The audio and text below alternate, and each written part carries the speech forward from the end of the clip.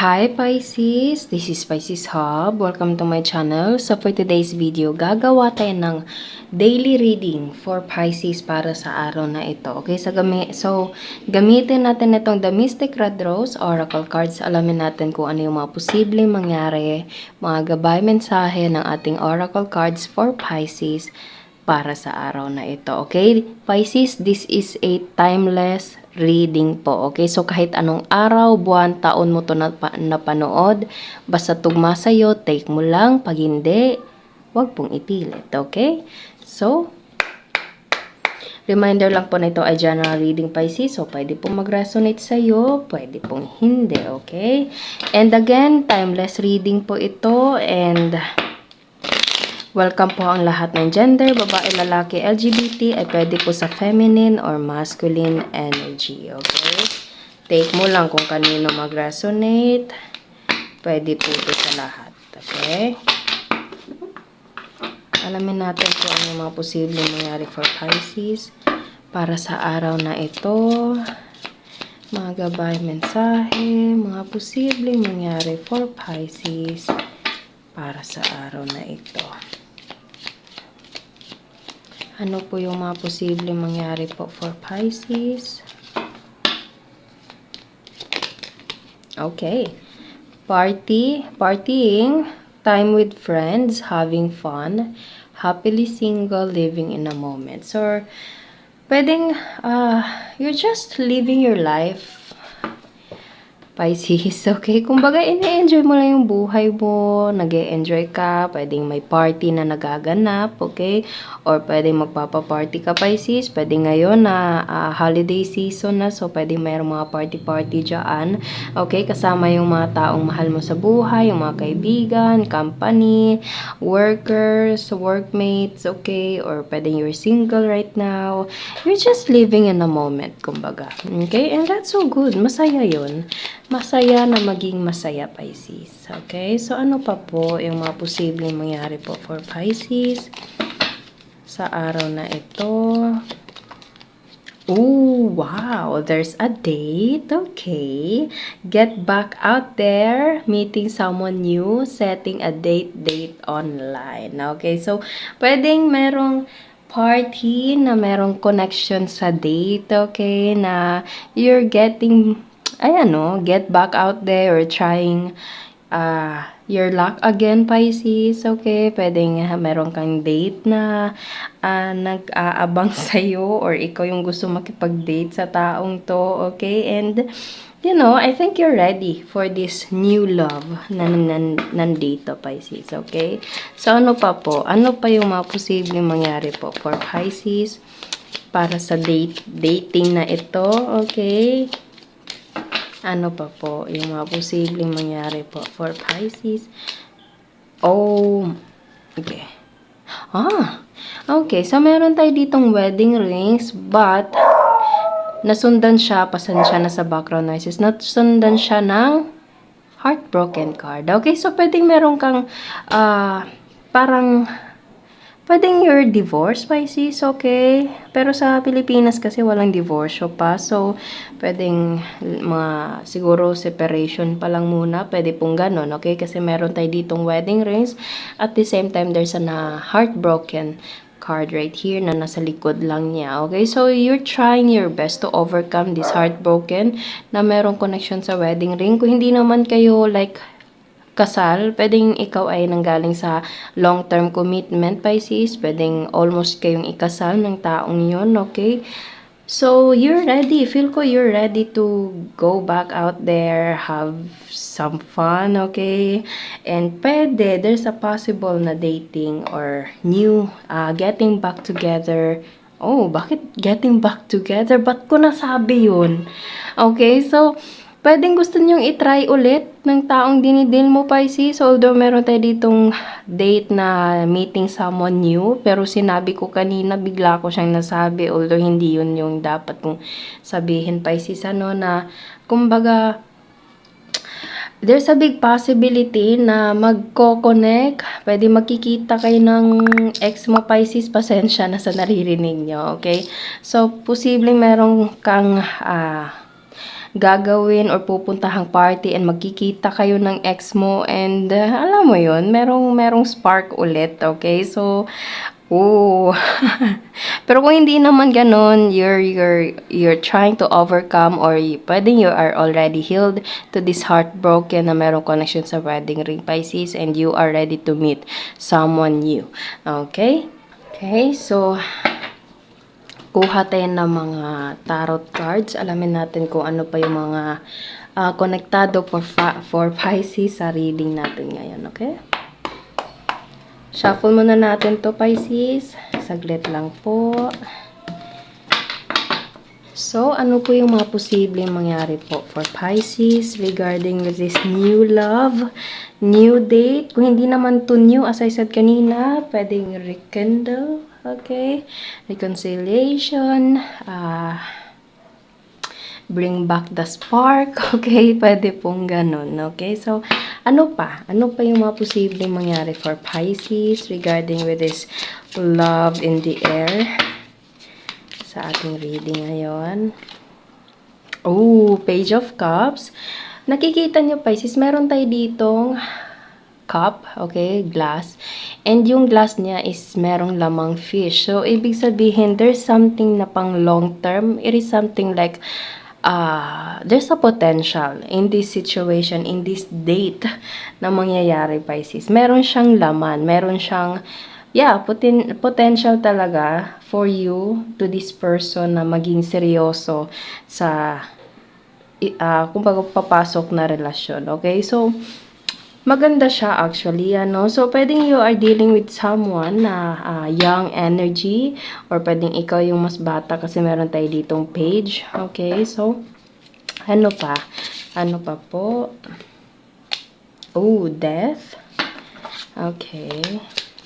Pwedeng you're dealing with a Scorpio, Pisces. Water sign.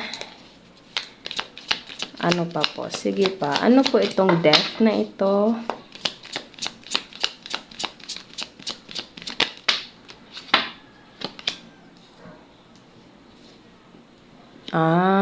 Okay. So, you're still holding on to, or pwedeng you are already healed, or you're trying to overcome, as I said kanina, yung heartbroken na ito. Itong heartbroken is almost the same as death. Okay? Kumbaga natapos yung relasyon na iyon, ano, and you are like trying everything for you to move on to that relationship, Pisces, or alam mo yun, yung parang i-overcome mo siya, especially with this Four of Pentacles. Kumbaga, kaya mo nang itabi yung nangyari, kaya mo nang itago, kaya mo nang bitawan, kumbaga, ilalagay mo na siya sa parang vault or pwedeng kahon or something like parang lalagyan, anything na, kumbaga, doon na yung past, okay? Ilalagay mo na siya doon, hindi mo na hahawakan, kumbaga, ready ka nang pumasok sa panibagong relationship. You will try your luck again, Pisces, okay? So, kahit anong taon, buwan, araw mo man yan, pre-process or depende po kasi sa mga tao kung paano nila yon i-handle yung heartbroken na iyon, ano. Pero darating yung panahon na everything will heal. Time heals, sabi nga nila. Okay, so etong death na ito is something like ending to the situation and you are ready to move on to that situation, Pisces. And pwedeng there's a possibility na kaya mo nang pumunta or parang lumabas doon and try your luck again in love, okay? And maganda yon, Pisces. Maganda yon, okay? Malay mo. And meron tayo ditong Seven of Cups. Marami kang options or marami kang pwedeng pagpipilian or may mga bagay tayo dito na alam mo na on how or what you want, Pisces, okay? Kasi nakikita nyo marami ditong cups and para siyang namimili, okay? Marami siyang mga tickets dito, ano, and merong mga prices. So, posible din na maraming gustong, alam mo yan, mag-try sa'yo, Pisces, okay? They will try to get your heart, okay? Posible marami kang makikilala, pwedeng ito ay someone na online, kasi meron tayo ditong date online, pero kung hindi naman, pwede din sa party, okay? Na makikilala mo, isa sa mga tao na nandun, yung taong posible na there's a wedding ring right there, okay? So, kumbaga, ang reading natin ngayon is you are ready to get back out there, okay? And yung mga natapos, yung mga bagay na mga pinagdaanan is kaya mo na siyang itago or kaya mo na siyang bitawan, Pisces, okay? Or as I said kanina, pwedeng ito ay someone na posible, kasi parang nadula sa ako sa pagkasabi ko na get back together, okay? So, kung ito ay someone na, ito yun, okay, na nagtatry ka mag-move on and both of you wants to try again, then there's nothing wrong with it, okay? Kumbaga, as long as mahal niyo yung isa't isa and as long as andun pa rin yung respeto, go for it, Pisces. Walang masama dun, okay? Pero ang ano natin dito is posibleng there's a new love na darating dito, Pisces. Okay, so ano pa ba? Kuha tayo dito dahil parang love reading ito, ano. So, kuha tayo dito ng another oracle card, soul connection when two heart meets, love oracle cards. Okay, so kuha tayo siguro ng isang card po. Ano po yung message nyo po regarding with this overall reading natin ngayon? Ano po yung message niyo po for Pisces for this love reading? Ayun. So, recognition. Okay? The divine will help you recognize signs and miracles. Okay?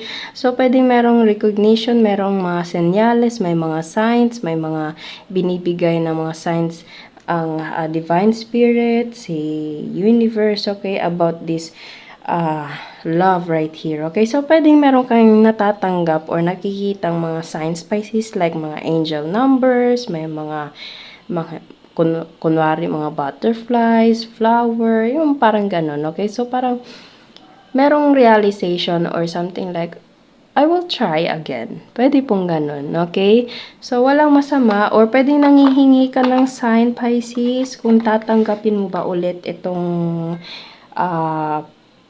love na tinatry mong mag-move on, Pisces, okay? So, pwedeng nanghihingi ka ng advice to the universe kung tama ba yung gagawin mo, okay? So, ask anything, Pisces, and tingnan, magmasid sa paligid ko ano yung signs na ibibigay ng Divine Spirit para sa'yo, lalo na sa love na nandito. Okay, so kuha tayo ng mga initials, random words, kung sino or ano po yung mga konektado for Pisces para sa araw na ito. Ayun. Travel, so pwede merong connection sa travel, Pisces.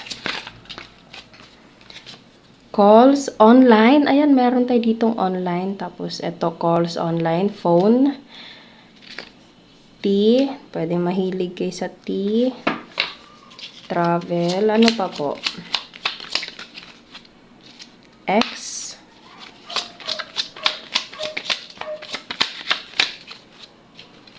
Brunette. Okay.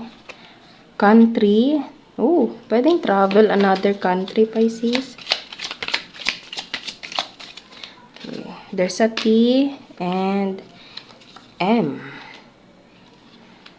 Okay, XTM. Tapos meron tayo ditong brunette, country, travel, calls, online, phone, and T.